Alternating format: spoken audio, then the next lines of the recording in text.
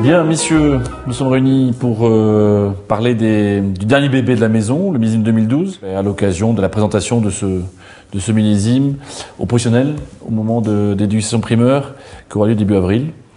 Et donc il faut mettre en avant les spécificités, les caractéristiques du millésime. Pascal, tu vas bien sûr démarrer la session, puisque on va d'abord démarrer dans la vigne pour savoir ce qui s'est passé au niveau du climat et les décisions qu'on a prises en fonction de ce climat.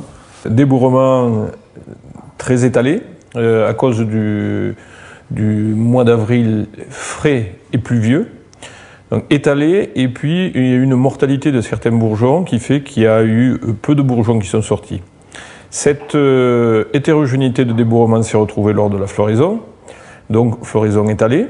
Mois de mai et de juin pluvieux, on a maîtrisé les maladies sans trop de soucis. Après arrive le mois de juillet, date à laquelle régulièrement on décide d'éclaircir ou pas.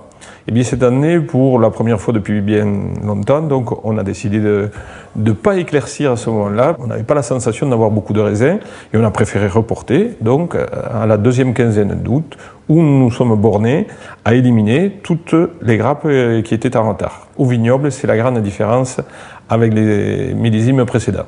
Mois d'août chaud et sec, permettant une bonne accumulation des sucres, et nous arrivons au mois de septembre. Et je passe donc le relais à mon collègue Duché. Qu'as-tu fait de ces raisins? Août fait le mou, selon l'adage, et cette année 2012 en est un bon exemple, en particulier pour les merlots. Souvenez-vous des dégustations de raisins que nous faisions dans les parcelles là, début courant septembre. On avait l'impression d'avoir des raisins très riches, très denses, qui se gorgeaient de soleil. Et ces raisins de merlot ont conduit à des très grands vins. Nous avons pu les travailler un peu plus en profondeur en matière de vinification. Pour les cabernets, ça a été un peu plus compliqué. La pluie a commencé à tomber à partir du 21 septembre. Et la fin de maturation a été dérangée par l'apparition de M. Botrytis. Les vinifications ont été beaucoup plus mesurées, beaucoup plus en douceur en termes de fréquence et de durée de remontage. La conséquence de cette récolte, c'est que, bien entendu, dans les grands vins, nous avons privilégié les merlots aux 2 tiers, 1 tiers de Cabernet Sauvignon qui correspondent aux parcelles les plus précoces de Cabernet Sauvignon, qui ont mieux tiré leur épingle du jeu, et bien entendu donc dans les seconds vins, donc dans le Clarence, une majorité de Cabernet Franc et Cabernet Sauvignon.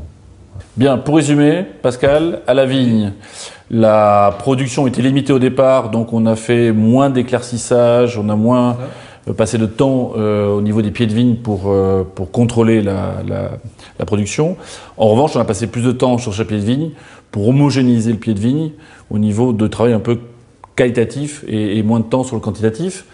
Et pour Jean-Philippe, on a donc moins été chercher on va dire de la structure, de la densité dans les cabernets, parce qu'ils n'étaient pas tout à fait à la maturité qu'on souhaite. Par contre, en revanche, sur les merlots, on a été plus en profondeur.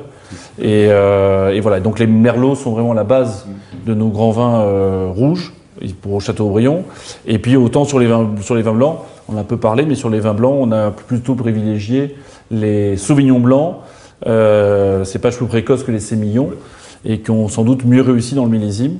Et on peut peut-être considérer que pour les blancs qui ont été ramassés dès la fin du mois d'août, début septembre, qu'on a sûrement un grand millésime en blanc. Malheureusement, on n'a peut-être pas la qualité pour les rouges du 2009 ou 2010, mais on aura quand même une qualité qui sera supérieure à 2011. Et il faudra voir par rapport à 2008.